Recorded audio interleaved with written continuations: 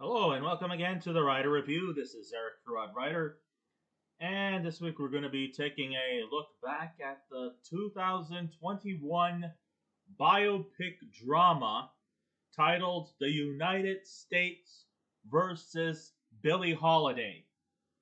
Now, The United States versus Billie Holiday runs for 2 hours and 10 minutes long. It is directed by Lee Daniels. The script was written by Susan Laurie Parks. It is based off of the story Chasing the Dream, The First and Last Days of the War on Drugs by Johan Hari. It is produced by Lee Daniels, Jordan Fudge, Tucker Tooley, Joe Roth, Jeff Kirschenbaum, and Pamela O.S. Williams. It is composed by Chris Bowers, the cinematography by Andrew Dunn, and it was edited by Jay Rabinowitz.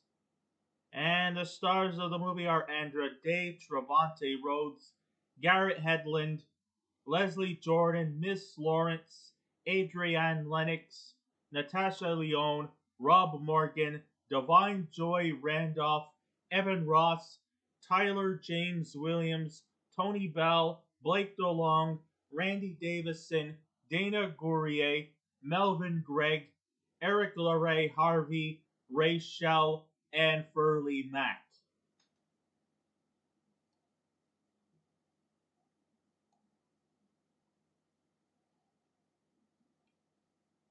So, in the last 36 years that he has been directing movies, Lee Daniels has been struggling with a very important detail that solidifies one of the best directors out there.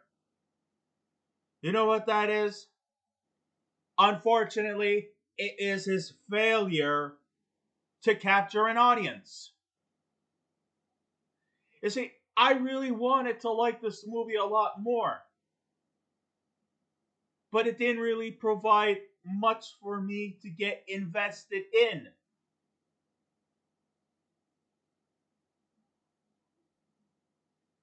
Surely, for a black, sexually fluid director whose primary focus has always been about African Americans and their struggle to survive in the world that they live in,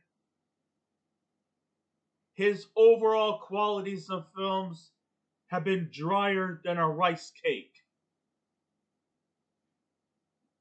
Not necessarily terrible films, and I'm not saying this movie was like complete and utter trash, but it doesn't give me any kind of reason to want to watch this again.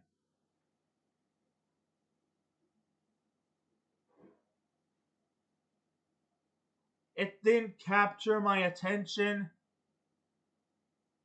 and his films have been fucking convoluted, mundane, and easily forgettable. I'm not saying it's complete and total bullshit, but it's nothing that will give me a long lasting impression. In the United States versus Billie Holiday, the film focuses very little on the iconic singer's struggles with the law enforcement and her battles with substance abuse, and only features the real of the events. There is some focus on it, but not the complete picture. It's just small little fragments here and there. It goes through her triumphs and defeats as she's constantly battling with the Federal Bureau of Narcotics that it's hard to get invested into the events of her life if there is nothing to get emotional about.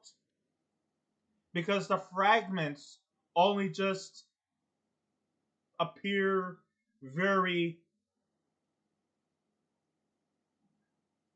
in small little clusters with a lack of appeal and a lack of a climax. Quite anticlimactic, if you ask me.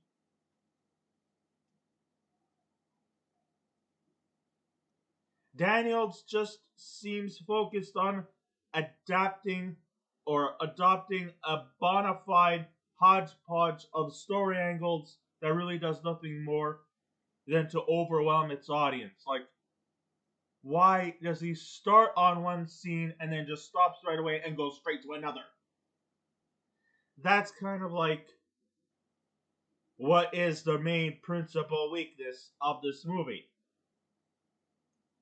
Seemingly set in the year 1957, we find singer-songwriter Billie Holiday, played by Andra Day, narrating her situation with the charismatic Reginald Lord Devine, played by Leslie Jordan. By making these scenes part of the story, instead of using this device as a voiceover narration, it just adds the confusion of the story. If we're going to narrate her life story, they should just either make it, they could have just made it into a documentary and save us the hassle of having a biopic. Or they could have took chronological events, make us invested into the situations, and maybe then it could have been a far more better movie.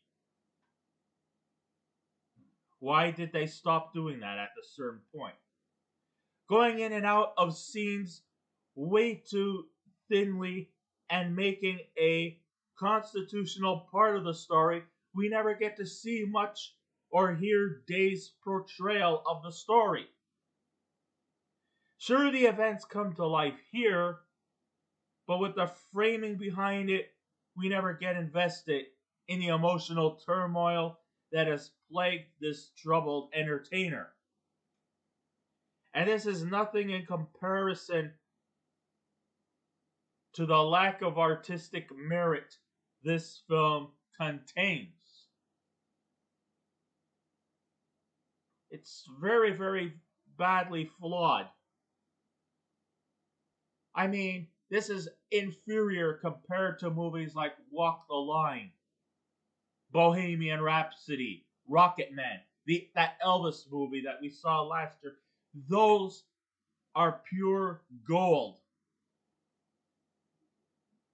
This one is nothing but rusty copper.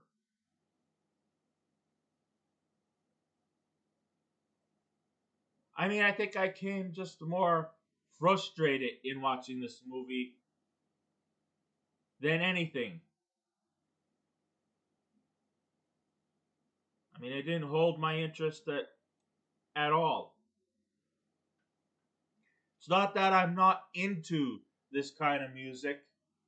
Maybe that could be bias. I'm not quite into this kind of genre music, and that has never been a bother to me.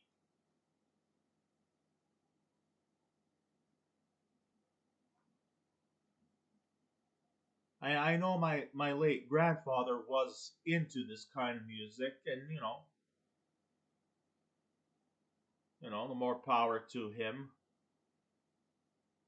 He loved that kind of music. He was a big fan of Billie Holiday, and that's probably one of the reasons why I chose to see this one. But I wanted to know more, but in the 2 hour time limit that we had, I think maybe a documentary could have been a better way of knowing and understanding who Billie Holiday really is. Holiday's career and her encounters with the Federal Bureau of Narcotics are narrated by use of archive footage, which we use a lot in documentaries.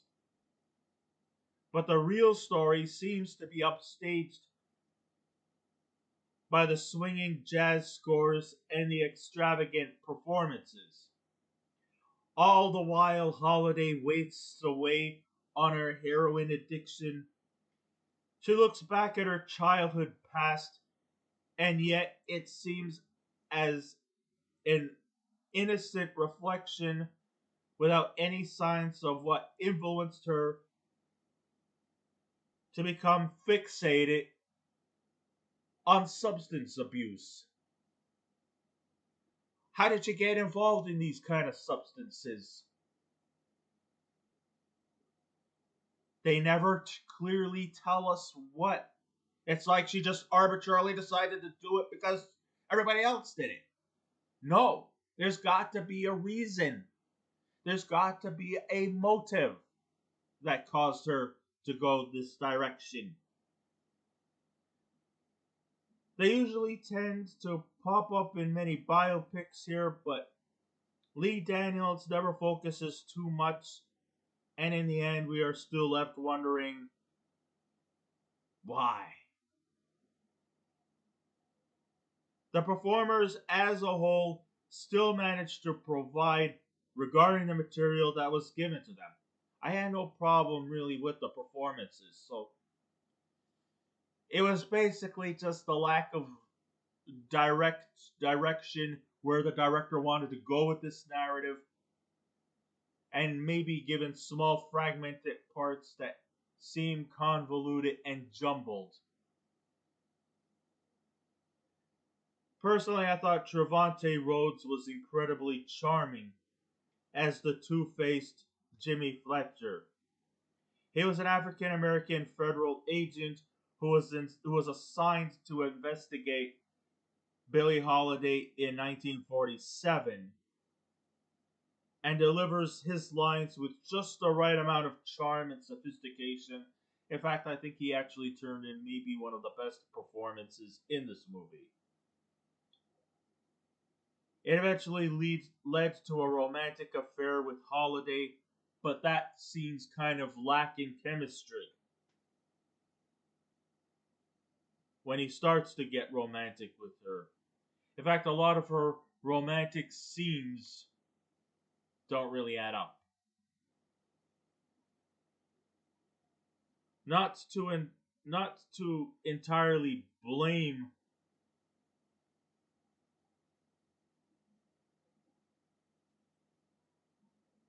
not to entirely blame Game as the reason why the relationship was very lukewarm in delivery.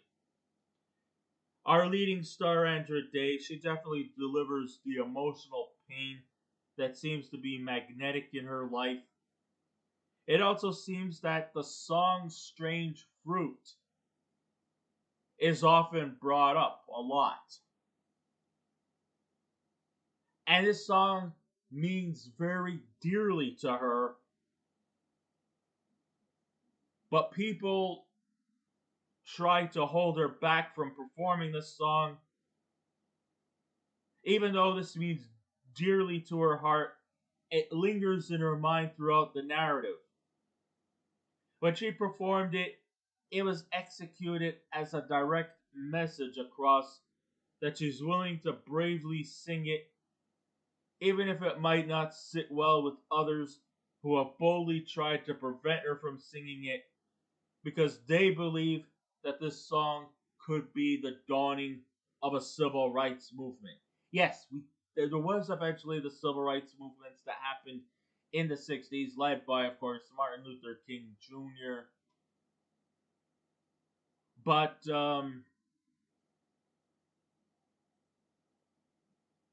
yeah, Strange Fruit was back then considered a bit controversial and was also deemed as very badly done taboo.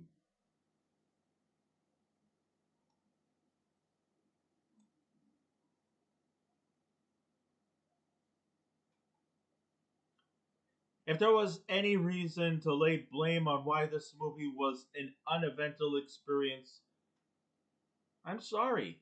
I mean, I have to say it's Lee Daniels. By skimming through events and not giving the audience to get invested in this movie, all it does is just confuse his fan base. When Fletcher arrests Holiday, we only see it at the moment. Not the events that led to the moment, but just like right on the spot, like out of nowhere. We never know why he would betray her because there was no build up that led to this tragedy. The film explores and looks into the forbidden fruit of songs, namely strange fruit, but it never gives us any feelings Holiday has about this song, except that she wants to sing it to the public because it exploits many dark hidden truths that nobody wants to know about but should. We can never feel for her when her health was on the decline in 1959, when she was suffering from cirrhosis and couldn't get out of bed anymore, and her body was pretty much fucked up, and sadly, she passed away at the age of 44. All we see is her physical decline, but know the initial story that led to her decline, which led to her death. I mean, we could just watch a documentary and we know what happened to her.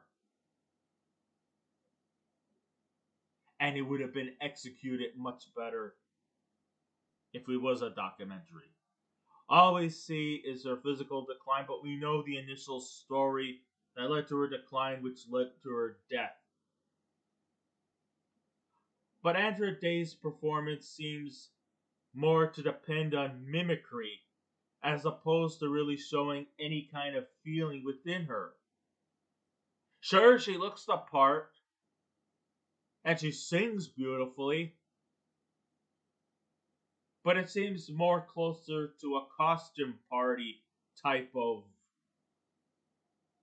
situation as opposed to any real sort of authenticity.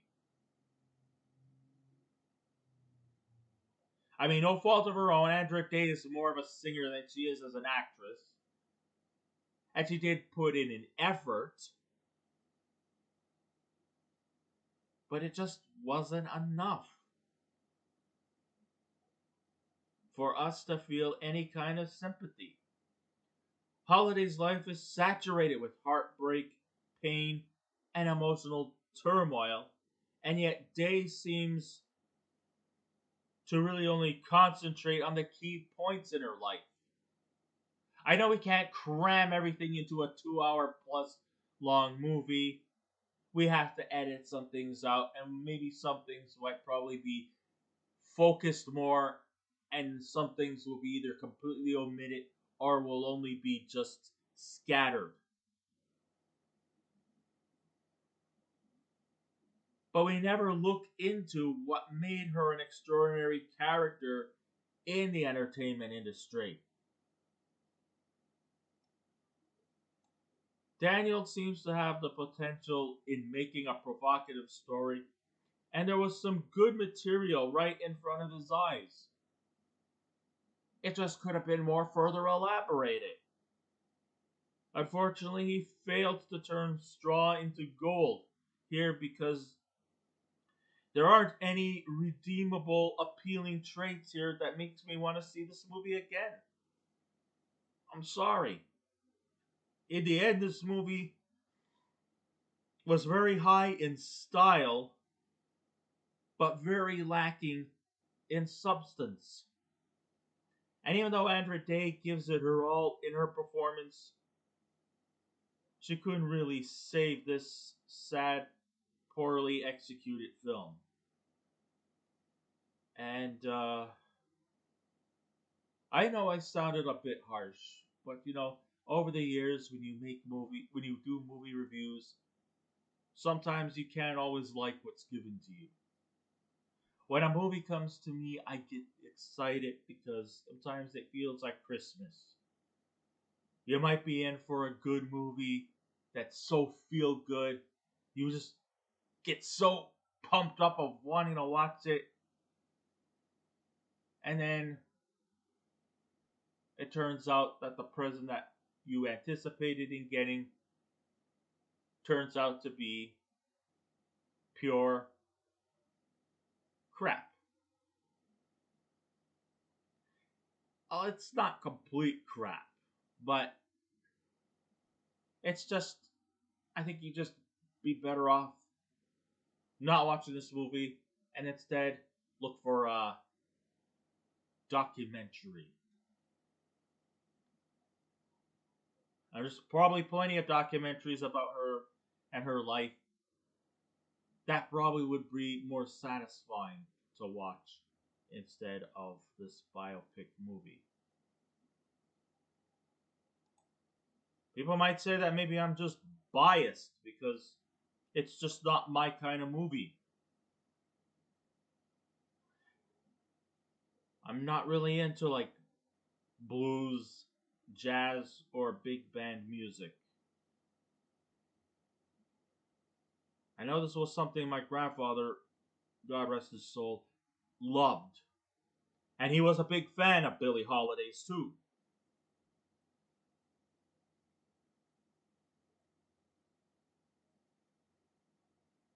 I mean, he was fascinated by this kind of music.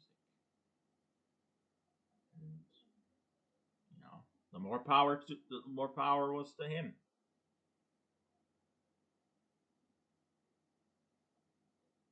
But I wasn't there to give my biased opinion about whether I like that kind of music or not. But I wanted to see a compelling biopic to see if we can actually discover new things about Billie Holiday's life. But in the end, there wasn't really very much. So, when all that's said and done, if I was to give this movie a scale out of 10, I would give The United States versus Billie Holiday. I'm sorry, I gotta give this one a 5.5 out of 10. I don't think I would recommend this movie too much. You want to see it? No stopping me. I mean, you might. But anyhow, yeah. So I guess that's ends my writer review. Thank you all for listening in. If you wish to subscribe to my YouTube channel, please feel free to do so.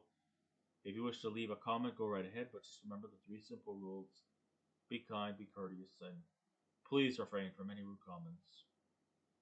And I'll be back again with another movie review. So until next time, this is Erik Rider saying, keep watching those movies, and I'll see you around. Goodbye.